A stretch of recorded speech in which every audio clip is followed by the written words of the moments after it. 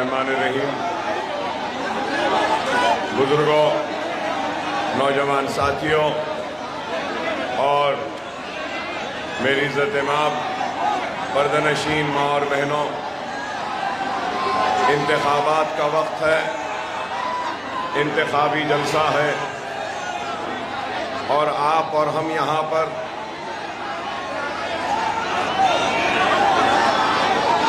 पैगाम को सुनने के लिए आए हैं।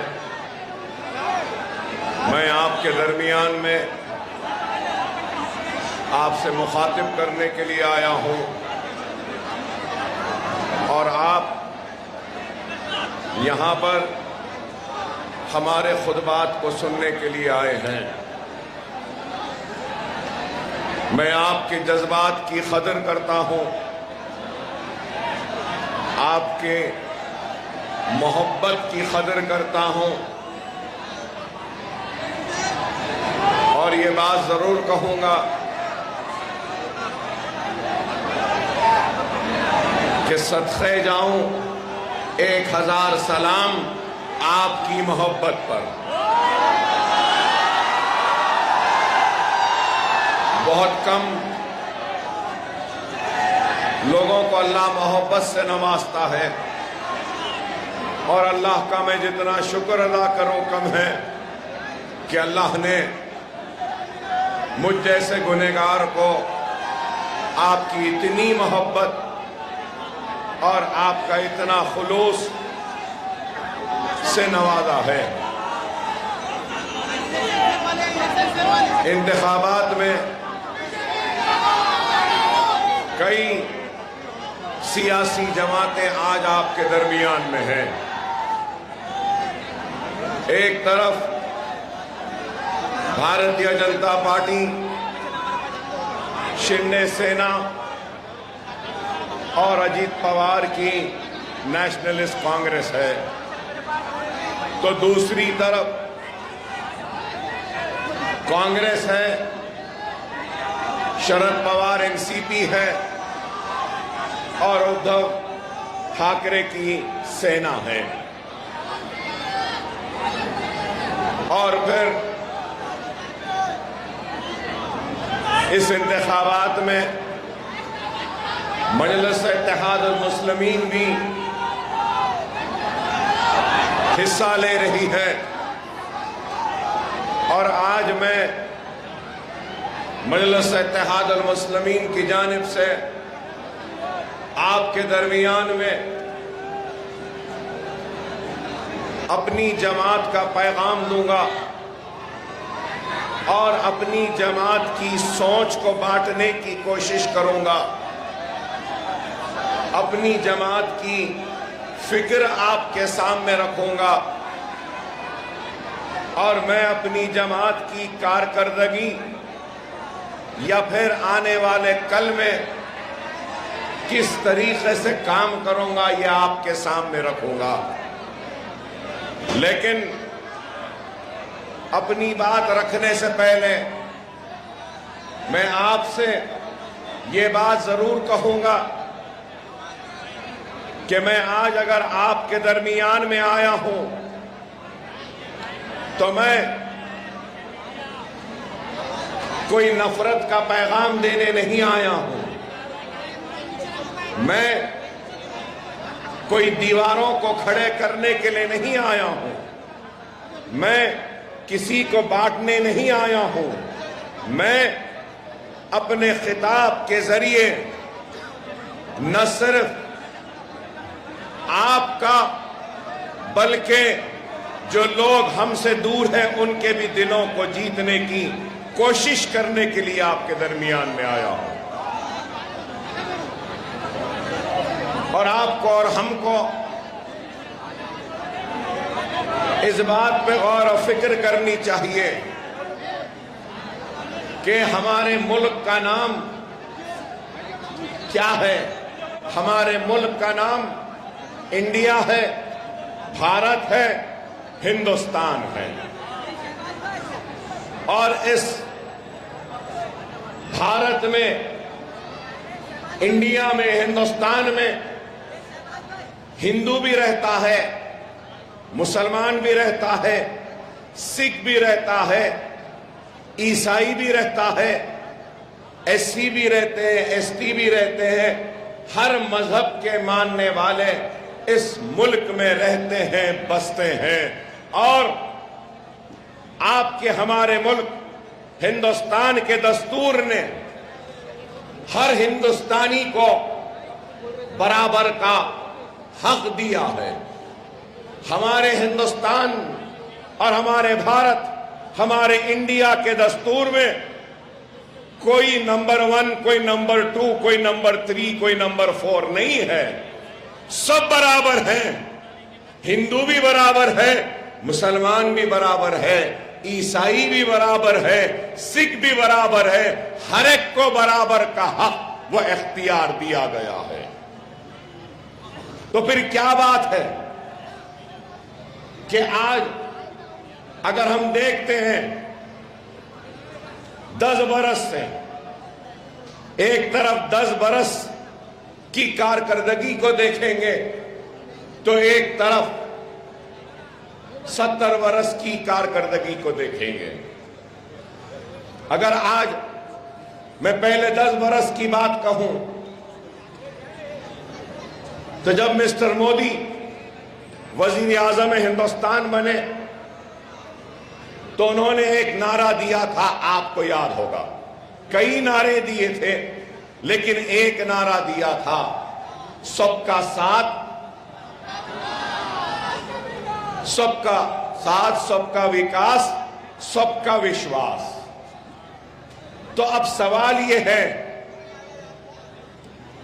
कि आपने हिंदुस्तान की सबसे बड़ी अक़लियत का कितना साथ दिया, कितना हिंदुस्तान की सबसे बड़ी अक़लियत मुसलमान के विश्वास को हासिल किया, कितना इस मुल्क का विकास किया और उस विकास में आपने मुस्लिम बस्तियों, आबादियों और मुस्लिम लड़के लड़कियों के विकास का काम किया।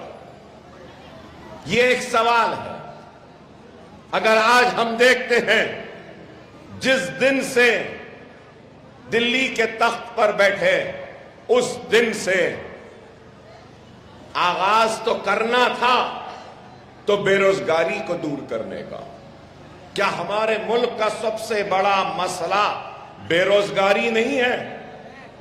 क्या हमारे मुल्क का सबसे बड़ा मसला महंगाई नहीं है? क्या हमारे मुल्क का सबसे बड़ा मसला बिजली पानी का नहीं है? क्या हमारे मुल्क का सबसे बड़ा मसला रोटी का नहीं है? क्या हमारे मुल्क का सबसे बड़ा मसला हमारी मईशत, हमारी इकोनॉमी को बेहतर करना नहीं है? क्या हमारे मुल्क का सबसे बड़ा मसला हमारे जो लोग परेशान हैं इनकी परेशानियों को दूर करना नहीं है? क्या मुल्क का सबसे बड़ा मसला खुशहाली लाना नहीं है? लेकिन आप बताइए, क्या महंगाई कम हुई? क्या बेरोजगारी मिटी? क्या रुपये की कदर बढ़ी? गिरते जा रही है। डॉलर बढ़ता जा रहा है, गैस की कीमत बढ़ रही है और पेट्रोल डीजल महंगा हो रहा है। लेकिन आज इनको मुल्क की खुशहाली की फिक्र नहीं, मुल्क को तरक्की देने की फिक्र नहीं, बेरोजगारों की रोजगार देने की फिक्र नहीं, इकोनॉमी को बेहतर बनाने की फिक्र नहीं, इनको कुछ नहीं है।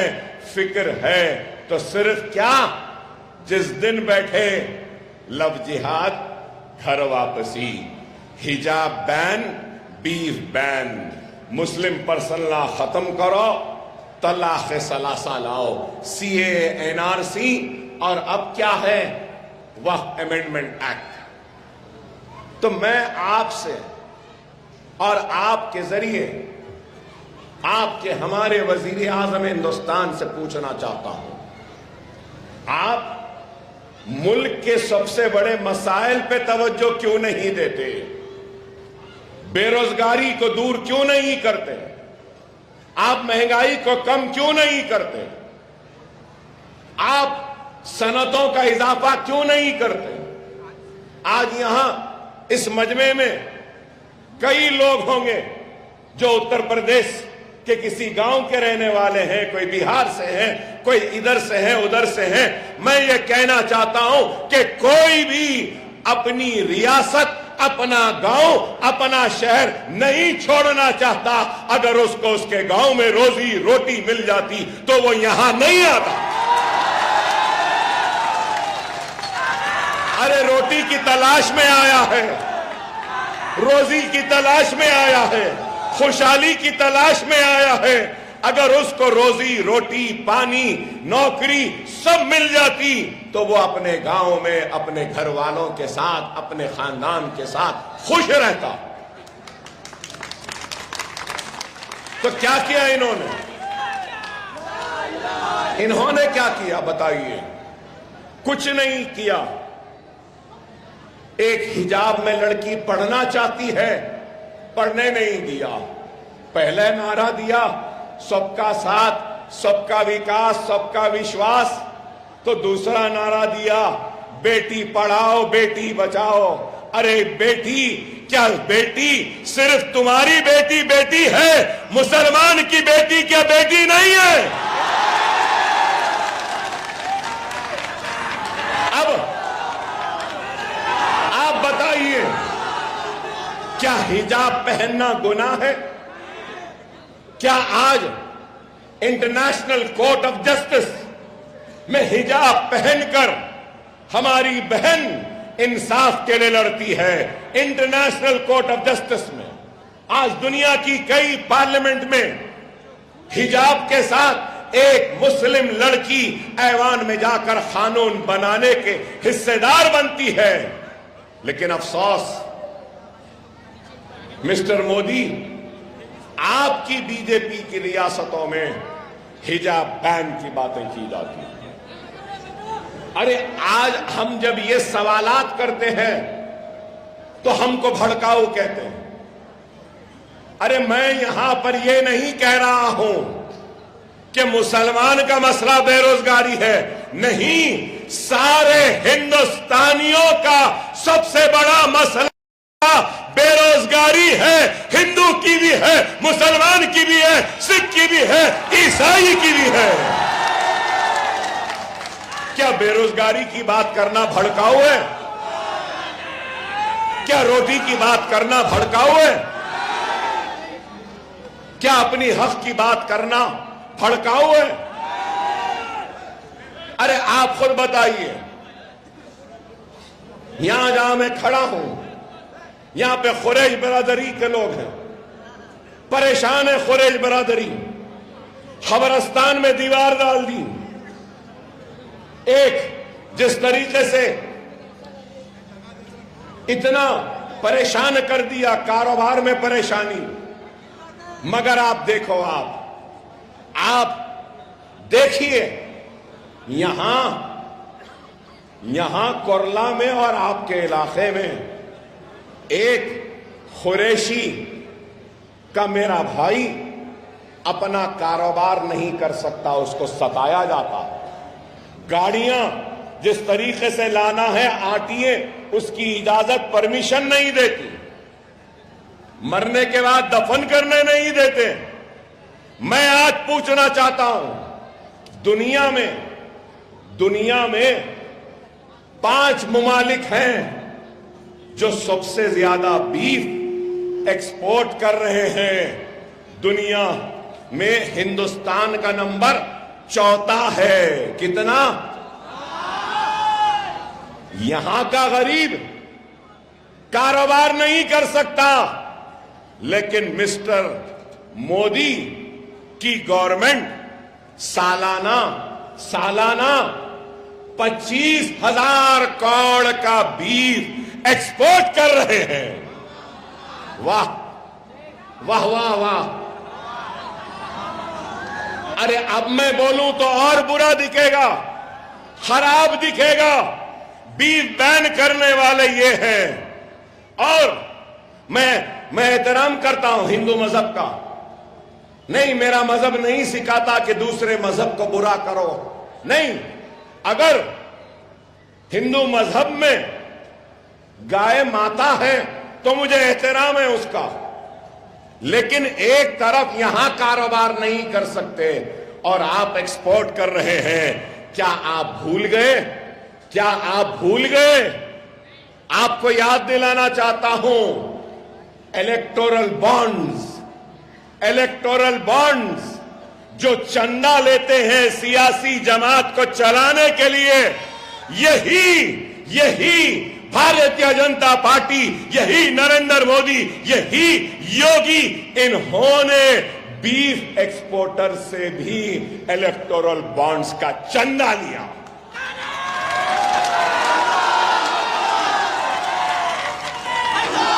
अफसोस, पैसों के लिए तुमने अपने अकीदे, अपने मजहब से भी कॉम्प्रोमाइज कर लिया। आप बताइए, क्या यह हक नहीं है? क्या यह बात गलत है? मैं पूछना चाहता हूं कि क्या दिया? आज मैंने तकरीर सुनी। किसकी?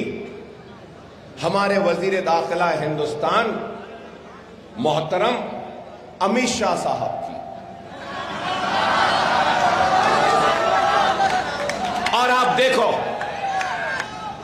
देखो हमको बोलते हम भड़का रहे हैं। अब तक कोई भड़काऊ बात आई? क्या भड़काऊ भाषण था अब तक? ये आज क्या बोले? अमित शाह ने ये कहा कि वक्फ बोर्ड के जरिए किसानों की जमीन छीन लेंगे, लेकिन जब तक मोदी जिंदा है, बीजेपी है, हम किसानों की जमीन को खींचने नहीं देंगे। ओह, आप बताओ, अरे हिंदुस्तान का वजीर दाखिला है, क्या मुल्क में कानून नहीं है? आप बताइए।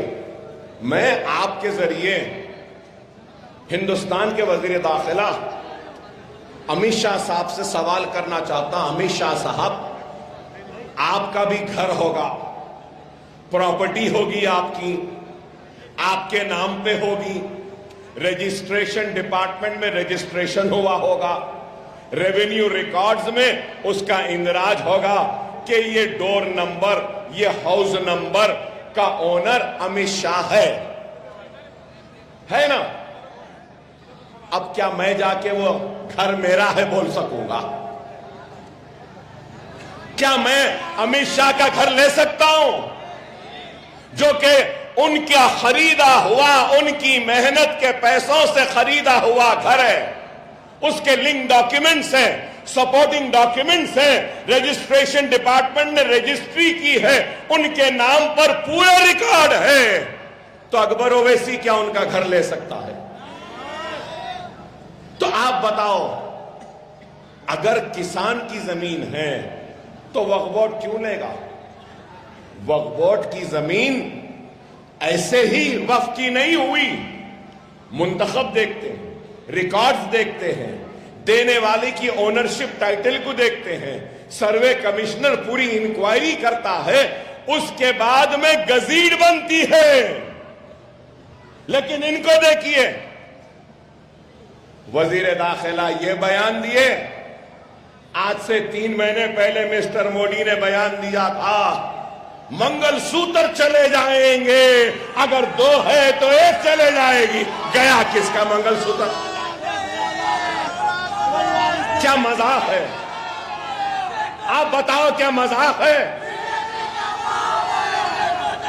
मोदी, मिस्टर मोदी, तुमको शायद नहीं मालूम होगा और लाजिम है कि मालूम भी नहीं होगा, हिंदुस्तान की मेरी हिंदू बहन में इतनी ताकत है कि वो अपने मंगलसूत्र की खुद हिफाजत कर सकती है।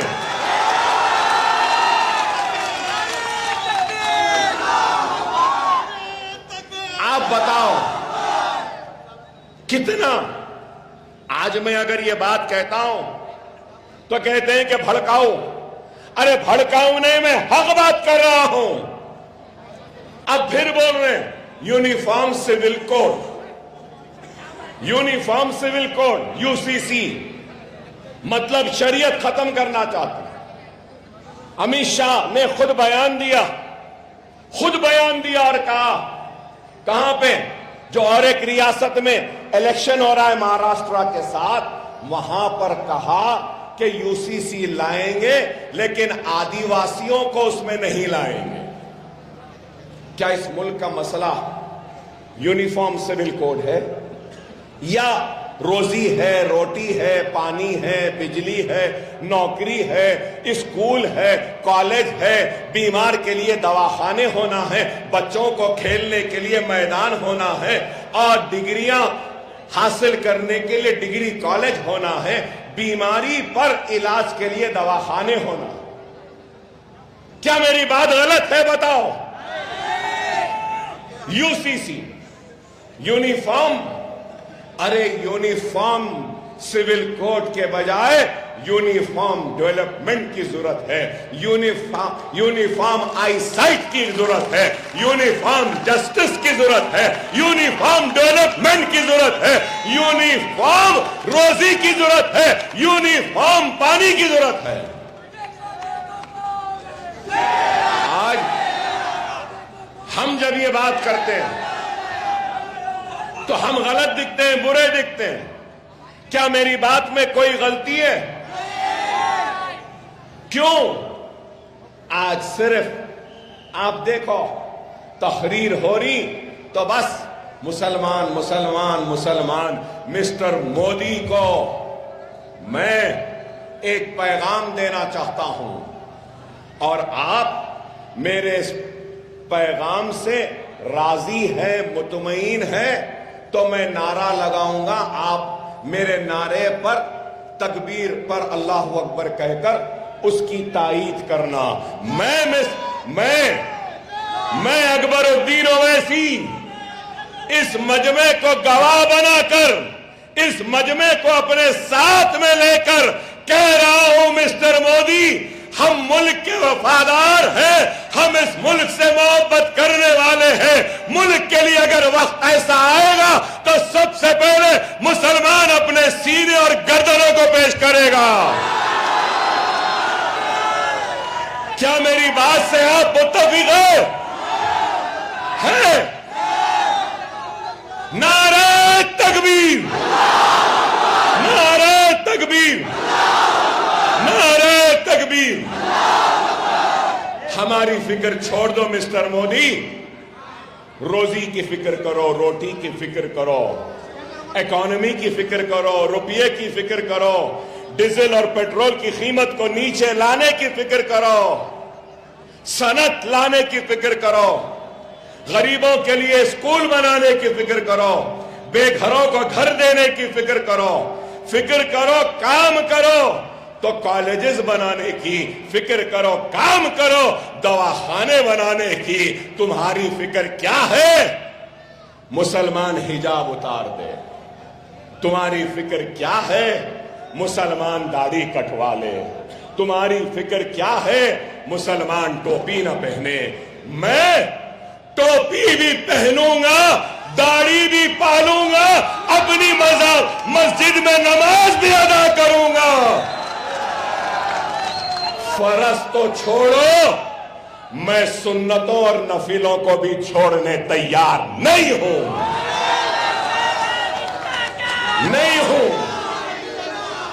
ये मुल्क किसी की जागीर नहीं है। ये मुल्क हिंदू का जितना है, मुसलमान का उतना है, सिख का उतना है, ईसाई का उतना है। ये मुल्क में सब बराबर के शहरी है। ऐ नरेंद्र मोदी, तू इस मुल्क का मालिक नहीं है और मैं इस मुल्क का किराएदार नहीं हूं। जितना तेरा हक है उतना मेरा है।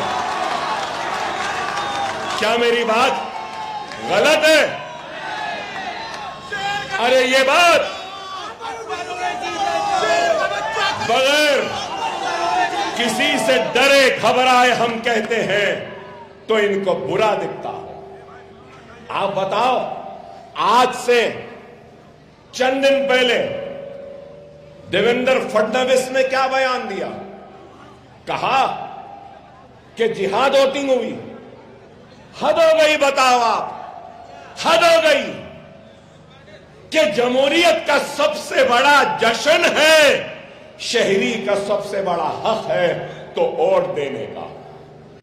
यहां इस मजमे में कई लोग आए, जरूरी नहीं है कि जितने लोग आए हैं मेरे पैगाम से मुत्तफिक हो और मुझे वोट दो, जरूरी नहीं है।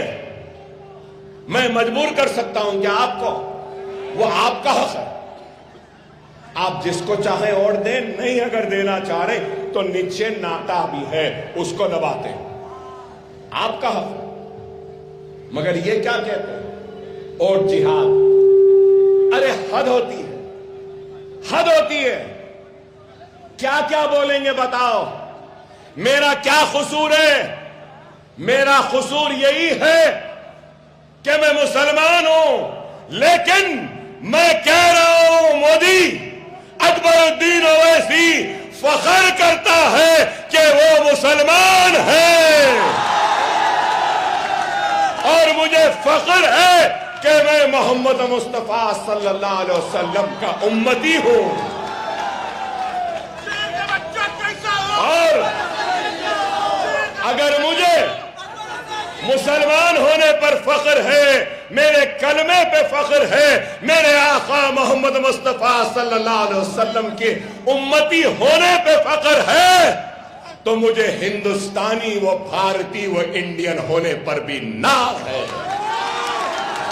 नाज है कि मैं हिंदुस्तानी हूं, नाज है कि मैं भारतीय हूं, नाज है कि मैं इंडियन हूं। इसलिए कि ये हिंदुस्तान सबका है। माथे पे तिलक लगाने वाले का भी उतना ही हक है जितना चेहरे पे दाढ़ी पालना और सर पे टोपी पहनने वाले का है। ये मुल्क किसी एक का नहीं। ये चाहते हैं कि मुसलमान डर जाए, लेकिन मैं कह रहा हूं हम डरेंगे नहीं, इस वजह से कि हम हिंदुस्तानी हैं। हम घबराएंगे नहीं इसलिए क्योंकि हम मुसलमान हैं। हम जमहूरी व दस्तूरी जिद्दोजहद करेंगे। हम जमहूरी व दस्तूरी जिद्दोजहद करेंगे, अपनी हक की लड़ाई लड़ेंगे। लड़ाई लड़ेंगे तो जमहूरी अंदाज में, लड़ाई लड़ेंगे तो दस्तूर के दायरे में। लेकिन मोदी योगी ये जान ले, हम झुकने वालों में से नहीं है। ये सर सिर्फ अल्लाह के सामने झुकता है और अल्लाह ही के सामने झुकेगा।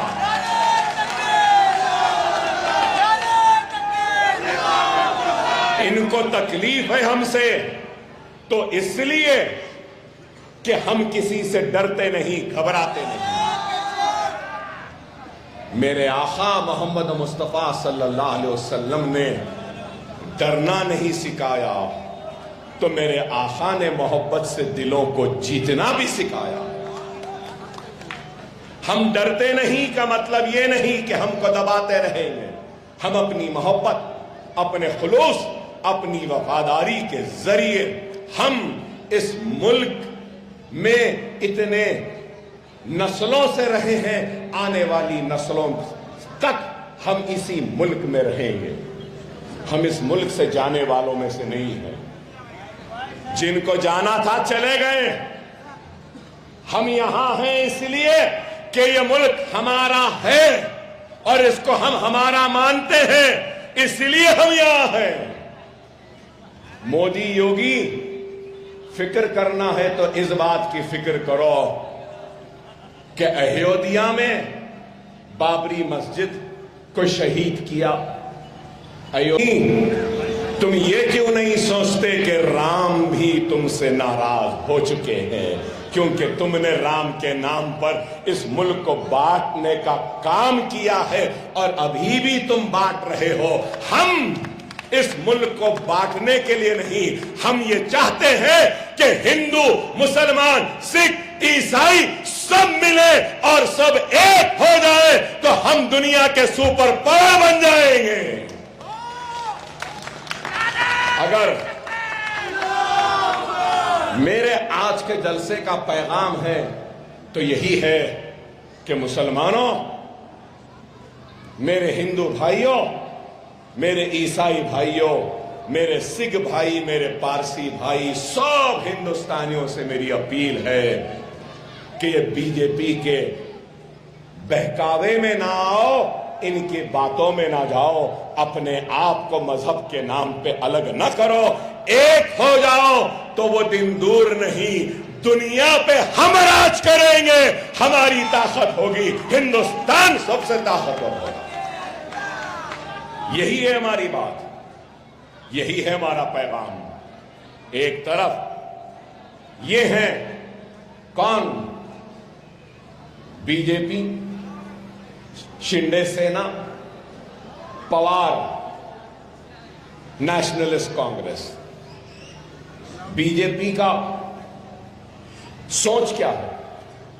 आइडियोलॉजी होती है ना हर एक की। यहां पे पढ़े लिखे लोग हैं, जो कम्युनिस्ट होते हैं वो मार्क्सिज्म को मानते हैं, उनकी थियरी को जानते हैं।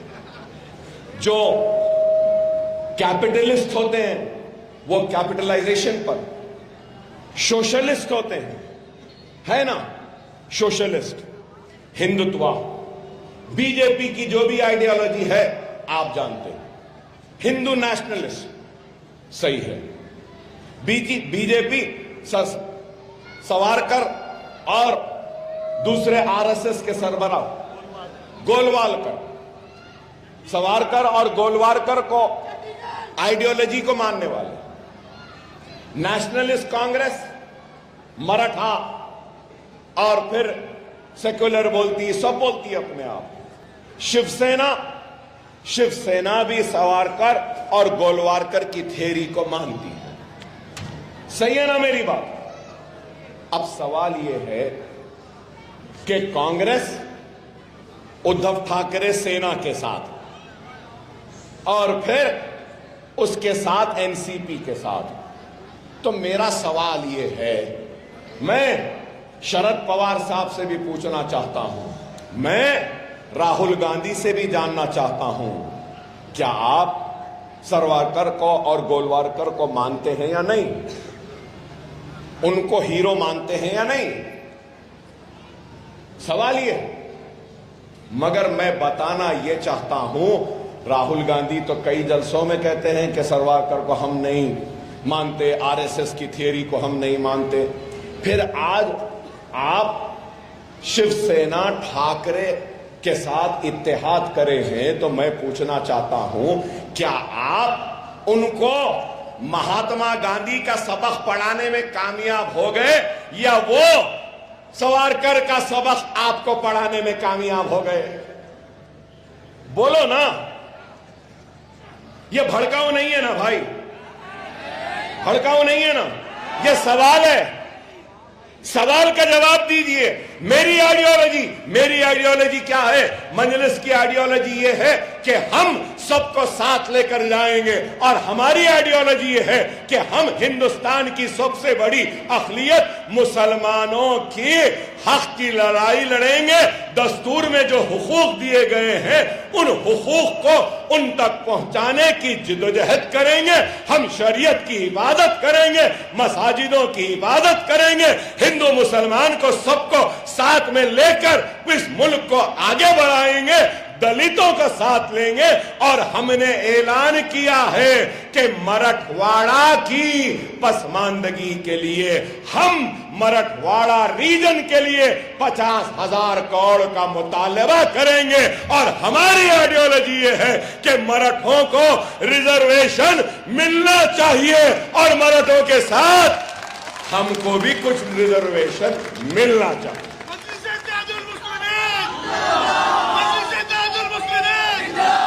ये हमारी आइडियोलॉजी है। क्या आइडियोलॉजी में? चलो मीडिया वाले फिर चलाएंगे।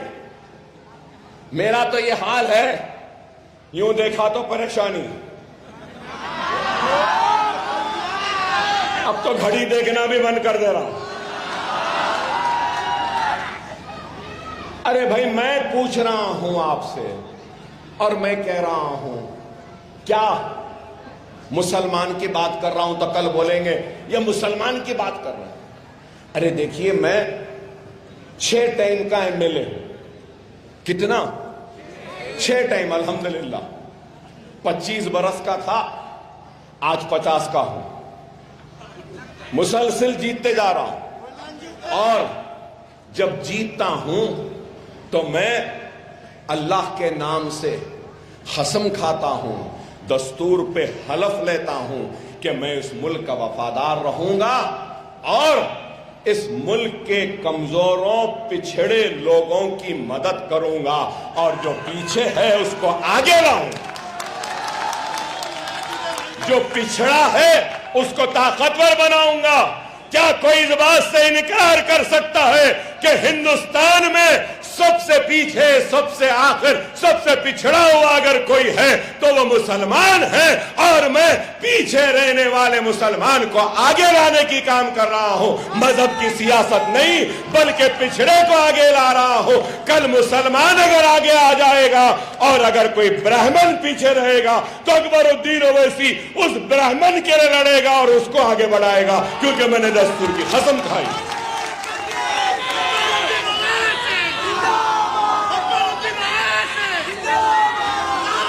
मगर ये क्या चाहते हैं? ये क्या चाहते हैं? इनकी आवाज ना हो। क्यों ना हो? मैं मुबारकबाद देता हूं, यहां जितने लोग हैं कुरला के लोगों को मुबारकबाद देता हूं कि आपने मोदी, शिंदे और पवार को पार्लियामेंट के इलेक्शन में हराया। सही किया। मेरा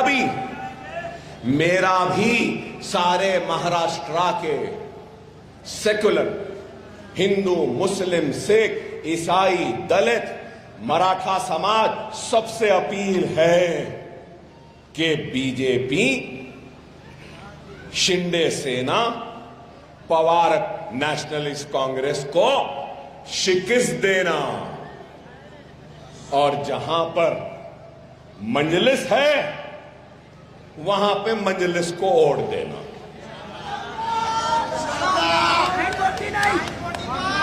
देखिए, मैं आपसे नहीं तो किससे मांगू मेरे भाई? हाथ फैलाऊं तो किसके सामने फैलाऊं? क्या मोदी से मांगूं या तुमसे मांगूं? योगी से बोलूं या आपको बोलूं? अपना अपना से मांग रहा है, क्योंकि अपने का हक है। मेरा हक आप है, आपका हक मुझ पे है और वो हक से मांग रहा हूं आपसे।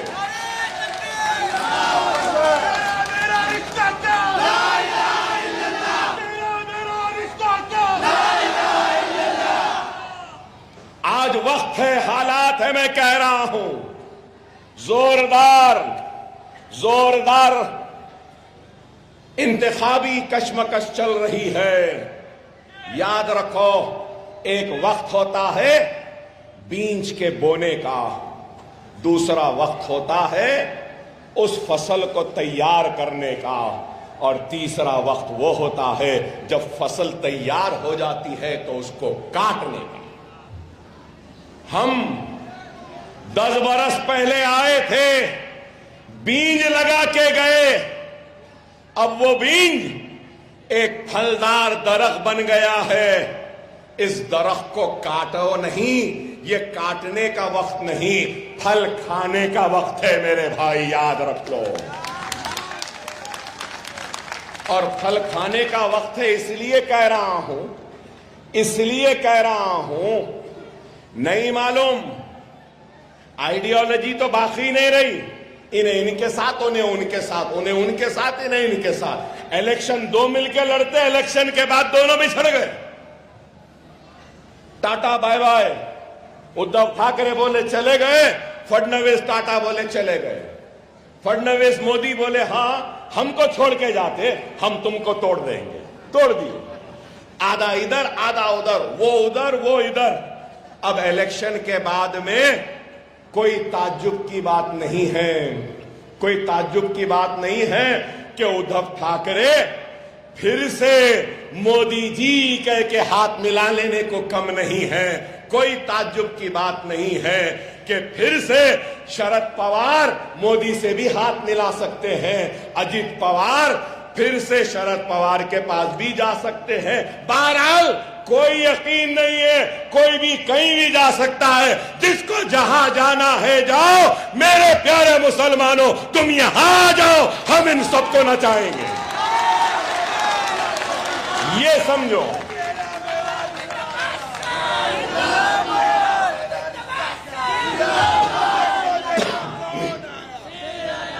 आज कांग्रेस है तो सब कहते हैं कांग्रेस सेक्युलर। अरे मेरे भाई, कांग्रेस की तारीख बयान करूं कांग्रेस की। 1961 जबलपुर का फिसाद कांग्रेस की देन, 1962 अलीगढ़ का फिसाद कांग्रेस की देन, अक्टूबर 62 का फिसाद मेरठ का यूपी में कांग्रेस की देन, 1964 में कलकत्ता जमशेदपुर बिहार में रोड किला का फिसाद कांग्रेस की देन, 1968 में करीमगंज का फिसाद कांग्रेस की देन, 1969 में अहमदाबाद का फिसाद कांग्रेस की देन, 1970 भिवंडी का फिसाद कांग्रेस की देन, 1974 का दिल्ली का फिसाद कांग्रेस की देन, 1978 हैदराबाद का फिसाद कांग्रेस की देन, 1979 का फिसाद जमशेदपुर बिहार कांग्रेस, 1980 मुरादाबाद कांग्रेस, 1981 बिहार शरीफ कांग्रेस, 1981 हैदराबाद का फिसाद कांग्रेस। इस मुल्क को 50,000 फिसादात देने वाली कांग्रेस। मेरठ उत्तर प्रदेश 1982 बड़ौदा नीली का फिसाद, फिर बॉम्बे भिवंडी का फिसाद। अरे अगर आज कांग्रेस अगर सही काम करती, अच्छा काम करती और गुजरात को जलाने वालों को सही सजा देती तो आज हमको ये दिन देखना नहीं पड़ता। सही है? नाम नहीं ले रहा हूं लेकिन समझ रहे हैं ना, ये है। अरे मैं कह रहा हूं हमारा कोई नहीं है, अपना ही अपनों की फिक्र करता है, अपना ही अपनों पे तड़पता है, अपना ही अपनों के दुख दर्द पे आवाज उठाता है। क्या सीए एनआरसी पर असदुद्दीन ओवैसी ने आवाज नहीं उठाई? क्या वो बिल को फाड़ कर नहीं फेंका? क्या तलाक़े सलासा पे असदुद्दीन ओवैसी तन्हा पार्लियामेंट में खड़ा होकर लड़ा नहीं? क्या बिल्किस बानो के रेप करने वालों के खिलाफ क्या आवाज असदुद्दीन ओवैसी ने नहीं उठाई? क्या आज वक्फ बिल के लिए क्या आवाज उठाने वाला असदुद्दीन ओवैसी नहीं है? एक है ना, एक है ना। काफी है, भारी है या नहीं है, वो आप फैसला करो। वो पार्लियामेंट पे भारी है या अकेला? यहां भी भारी है। आप साथ हैं ना? याद रख लो, अगर मेरी आवाज में गर्ज है, मैं ताकत है, जज्बा है, वलवला है, हिम्मत है, तो अल्लाह उसके रसूल की कसम ये मेरी हिम्मत नहीं, आपके इत्तेहाद की हिम्मत है, आपकी दुआओं की ताकत है, आपके साथ की है। अगर आप नहीं तो मैं नहीं, अगर आप नहीं तो मैं नहीं, और आप और हम नहीं तो कुछ नहीं। मैं तुम्हारे वक़ार की लड़ाई लड़ रहा हूं, मैं तुम्हारी हक की लड़ाई लड़ रहा हूं, मैं तुम्हारी इज्जत की लड़ाई लड़ रहा हूं, मैं तुम्हारे हुकूक की लड़ाई लड़ रहा हूं। ऐ मेरे प्यारे भाइयों, आओ इस कमजोर अकबर ओवैसी को ताकत दे दो, अपने इत्तेहाद की ताकत दे दो।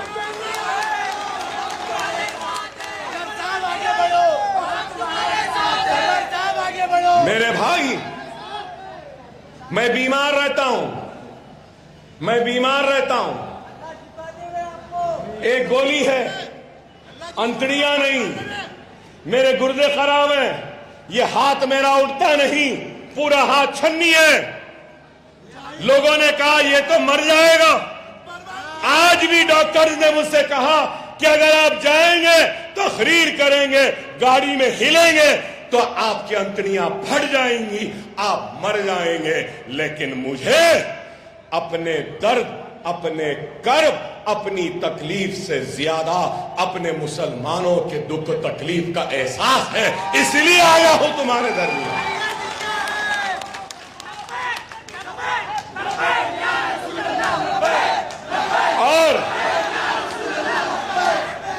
और मैं आया महाराष्ट्र में, मैं महाराष्ट्र में आया तो कानून के मुहाफिजों ने मुझे नोटिस दे दी, ऐसा बड़ा, जिसको मैं लव लेटर समझता हूं। मैं बहुत चाहता हूं इन पुलिस वालों को, इस वास्ते के ये दिन रात इतनी मेहनत करते, इतना काम करते, ये भी मुझे पलट के उतना ही चाहते हैं। Thank you sir, thank you. मुझे नोटिस दिए, आप ऐसा नहीं बोलना, वैसा नहीं बोलना, ये नहीं बोला। जी अच्छी बात बोल के दस्तखत करा, दे दिया। अब मेरे पुलिस वाले, खाकी वर्दे वाली बहादुर सिपाहियों से, मेहनत करने वाले सिपाहियों से एक मंजूरी आपके जरिए लेकर उन तक पहुंचाऊंगा। क्या है ये जलसा? ये जलसा आज मुतालबा करता है महाराष्ट्र की हुकूमत और महाराष्ट्र की पुलिस से कि रसूलुल्लाह सल्लल्लाहु अलैहि वसल्लम की शान में गुस्ताखी करने वाले को गिरफ्तार करो, पकड़ के लाओ, जेल में डालो।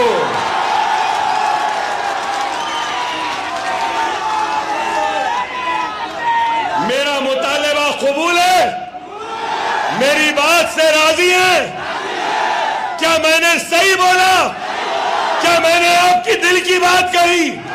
क्या मैंने आपके रसूलुल्लाह की मोहब्बत की तर्जुमानी की है? तो जोरदार नारा लगाओ, ऐसा नारा कि मुंबई शहर में सिर्फ ये नारा गूंजे, ऐसा जोरदार नारा लगाना।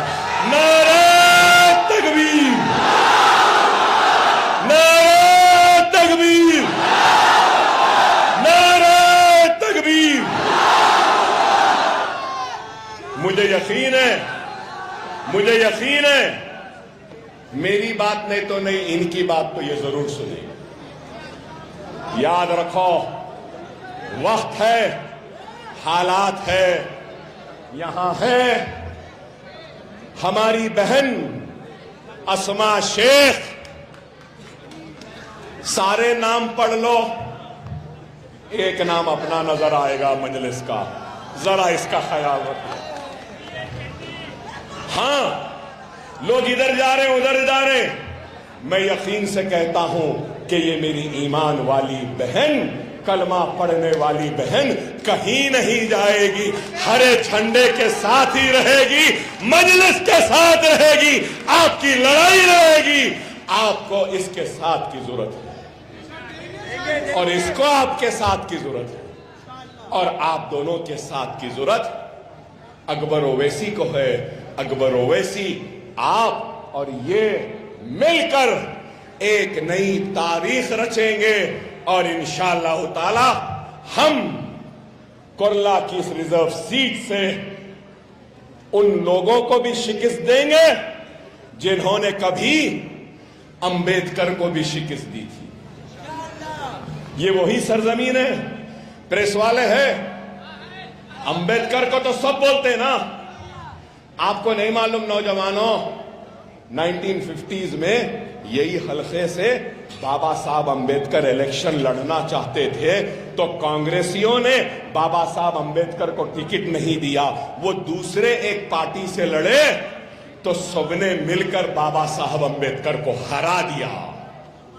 आज हम बाबा साहब अंबेडकर की शिकस्त को हम मजलिस की कामयाबी में बदलना चाहते हैं। आओ मेरे दलित भाई, आ जाओ मिलकर, आप और हम काम करेंगे। आओ मेरे हिंदू भाई, आप और हम मिलकर काम करेंगे। आओ मराठा समाज, आओ, तुम्हारे रिजर्वेशन में हम आपके साथ हैं, आप हमारा साथ दो। मराठा, दलित और मुसलमान मिलकर एक नई तारीख बनाएंगे और महाराष्ट्र को सुनहरा बनाएंगे, महाराष्ट्र को तरक्की देंगे।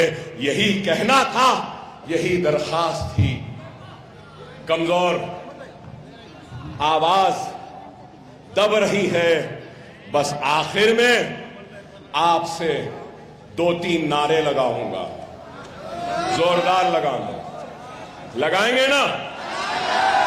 हिंदुस्तान, भारत, इंडिया, नारे तकबीर, नारे तकबीर। मजलिस इत्तेहादुल मुस्लिमीन, मजलिस इत्तेहादुल मुस्लिमीन। अस्मा शेख, अस्मा शेख, पतंग पतंग पतंग पतंग पतंग पतंग रहेगी।